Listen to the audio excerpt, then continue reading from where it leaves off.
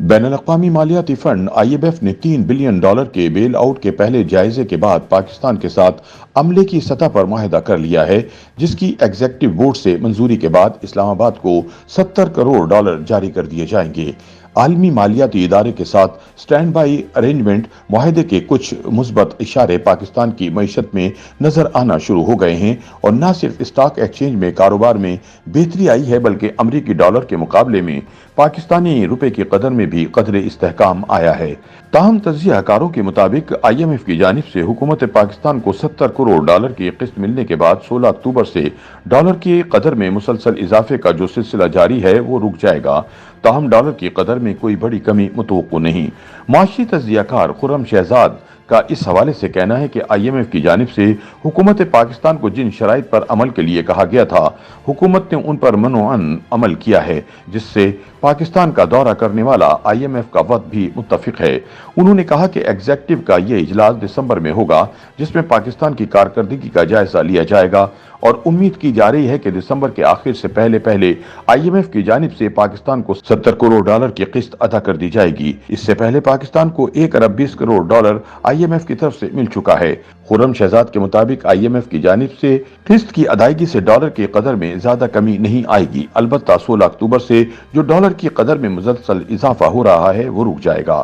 انہوں نے کہا کہ IMF اور حکومت پاکستان کے درمیان شرح سود نہ بڑھانے پر بھی اتفاق ہوا ہے، جبکہ اس پر بھی اتفاق کر لیا گیا ہے کہ مانیٹری پالیسی کمیٹی کو کوئی بھی فیصلہ کرنے کا اختیار ہوگا۔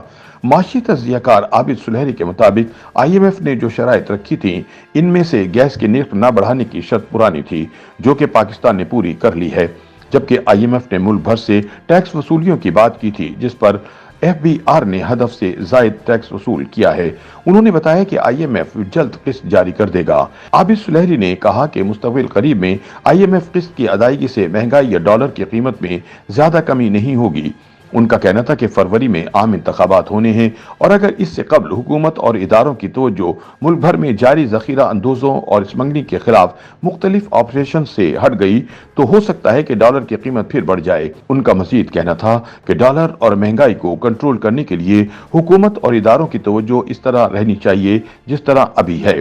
خیال رہے کہ رواں سال جون میں IMF کے ایگزیکٹو بورڈ نے پاکستان کے ساتھ معاشی استحکام کے پروگرام کی حمایت کے لیے انتہائی ضروری 9 ماہ کے سٹینڈ بائی ارینجمنٹ کی منظوری دی تھی، جس کی وجہ سے فوری طور پر اسلام آباد کو $1.2 ارب موصول ہوئے تھے، جس کے بعد عالمی مالیاتی ادارے نے حکومت سے مختلف معاشی اقدامات کرنے کا مطالبہ کیا تھا۔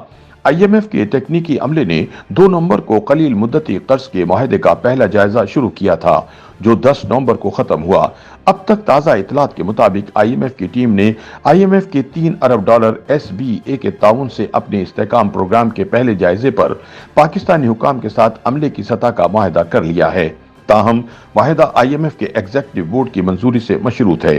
منظوری کے بعد تقریباً $70 کروڑ دستیاب ہو جائیں گے، اور پروگرام کے تحت کل تقسیم تقریباً $1.9 ارب تک پہنچ جائے گی۔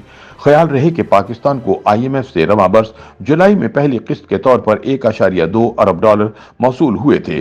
IMF سے سٹینڈ بائی ارینجمنٹ میں یہ طے پایا تھا کہ لگ بھگ $1.2 ارب کی پہلی قسط کی ادائیگی کے بعد بقیہ $1.8 ارب 2 اقساط میں پاکستان کو 9 مہینے کے دوران ملیں گے، اور ہر قسط کے اجرا سے قبل مالیاتی اصلاحات کا جائزہ لیا جائے گا۔ YouTube پر گوگلی نیوز دیکھنے کے لیے youtube.com کی سرچ بار میں گوگلی نیوز TV ٹائپ کریں۔ گوگلی نیوز کے پیج پر سرخ رنگ کے سبسکرپشن والے بٹن پر کلک کرنا نہ بھولیے۔ YouTube پیج پر اپلوڈ ہونے والی ویڈیوز سے باخبر رہنے کے لیے بیل آئیکن پر کلک کیجیے۔ آپ کو ہر نئی ویڈیو کے بارے میں نوٹیفیکیشن موصول ہو جائے گا۔